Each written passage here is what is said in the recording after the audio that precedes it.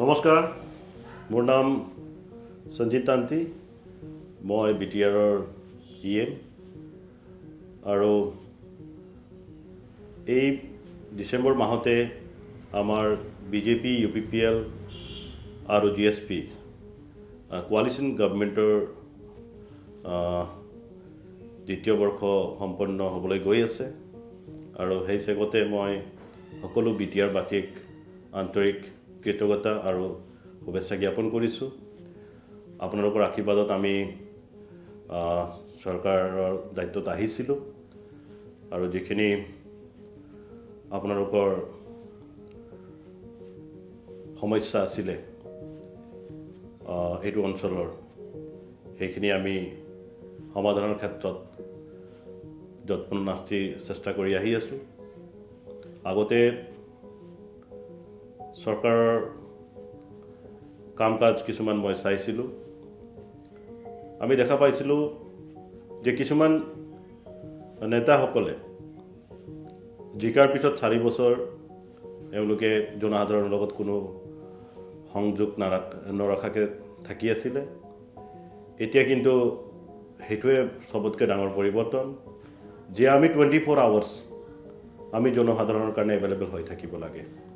আৰু এইটো একমাত্ৰ সম্ভৱ হৈছে আমাৰ যি অভিভাৱক, আমাৰ PTC প্ৰধান শ্ৰীযুত প্ৰমোদ বড়ো ডাঙৰীয়া, আমাৰ অসমৰ মাননীয় মুখ্যমন্ত্ৰী ডক্টৰ হিমন্ত বিশ্ব শৰ্মা ডাঙৰীয়া, তেখেতসকলৰ নেতৃত্বত এইটো সম্পন্ন হ'বলৈ পাইছে আৰু আমাক তেখেতসকলৰ ফালৰ পৰাই আমি এইটো পাইছোঁ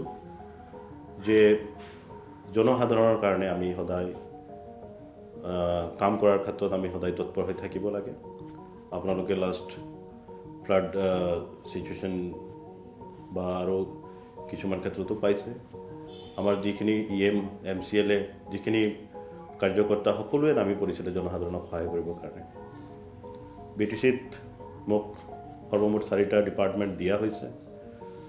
labour welfare, science and technology, economic and statistics আৰু ৱেলফেয়াৰ অফ 3 ট্ৰাইবছ। গতিকে লেবাৰ ৱেলফেয়াৰৰ ক্ষেত্ৰত যোৱা BTC গঠনৰ পিছৰ পৰা যিখিনি লেবাৰ ৰেজিষ্ট্ৰেশ্যন হোৱা নাছিলে, যোৱা বিগত আমি 2 বছৰতে সিমানখিনি লেবাৰ আমি ৰেজিষ্ট্ৰেশ্যন কৰি দিলোঁ আৰু শ্ৰমো আমি ইতিমধ্যে আৰম্ভ কৰি দিলোঁ। গতিকে যি বেনিফিট ৰেজিষ্ট্ৰেশ্যনৰ ফলত যিখিনি বেনিফিট লেবাৰে পাব লাগে সেইখিনি বেনিফিট তেখেতসকলে পাব। আৰু এটা কথা যে আমাৰ ছায়েন্স এণ্ড টেকন'লজি ক্ষেত্ৰত BTR অঞ্চলত একেবাৰে গুৰুত্ব প্ৰদান কৰা হোৱা নাছিলে। গতিকে আমি এইবাৰ মই নিজেই শ্ৰীযুত প্ৰমোদ বড়ো ডাঙৰীয়াৰ নিৰ্দেশ মৰ্মে মই নিজে দিল্লীলৈ গৈছিলোঁ, আমাৰ BTRৰ সমস্যাখিনি তাতে উত্থাপন কৰিছিলোঁ আৰু তাৰ পৰাও আমি এটা পুঁজি BTRত আনিবলৈ সক্ষম হ'লোঁ। ইতিমধ্যে আমি বিভিন্ন ছায়েন্স কলেজত সেইখিনি ধন বা সেইখিনি এমাউণ্ট আমি দিবলৈ সক্ষম হৈছোঁ। গতিকে আগন্তুক দিনত আমি আৰু এইবোৰ ডিপাৰ্টমেণ্টত কাম কৰি যাম। আমি বিভিন্ন আঁচনি আমি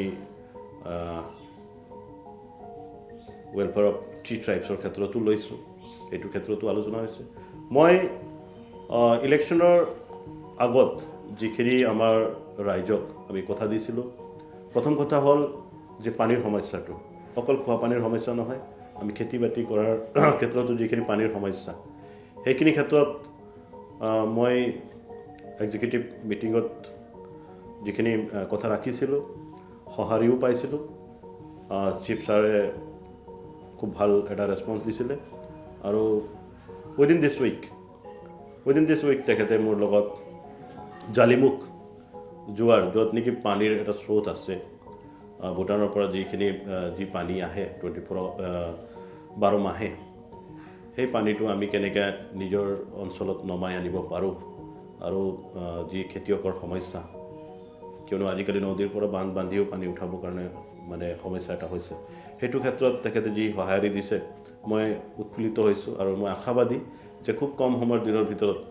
বা আমাৰ এই কাৰ্যকালৰ ভিতৰতে আমি ৰাইজক খেতিয়ক ৰাইজক এই ডাঙৰ সমস্যাটো আমি সমাধান কৰিব পাৰিম দ্বিতীয় কথা যে মোৰ লগত লাগি থকা তথা মোৰ সমষ্টিৰ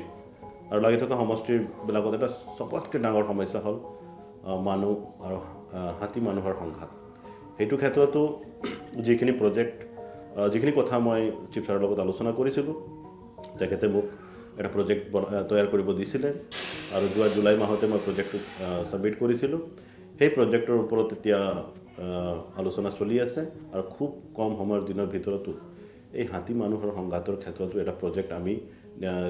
যিখিনি চেঞ্চিটিভ এৰিয়া এফেক্টেড এৰিয়া সেইবিলাকত আমি নমাই ল'ব পাৰিম আৰু বাকী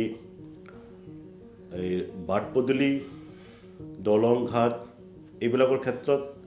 আমি যি এটা ৰেছপন্স পাব লাগে আমি এপ্ৰ'চ কৰিবলগীয়া নহয় সেনেকৈ আমাক চিফ ছাৰে যিখিনি ৰেছপন্স দিয়ে বা সেইদিনা মই আমাৰ এটা এক্সিকিউটিভ মিটিং আছিলে সেইদিনা মই ভাবিছিলোঁ যে আজি মই চবতকৈ ডাঙৰ দলং যি মোৰ সমষ্টিত প্ৰয়োজন আছে সেইটোৰ বিষয়ে ক'ম বুলি মোৰ কথা কোৱাৰ আগতে চিফ ছাৰে মোক সুধিলে সঞ্জিত তোমাৰ কিবা এটা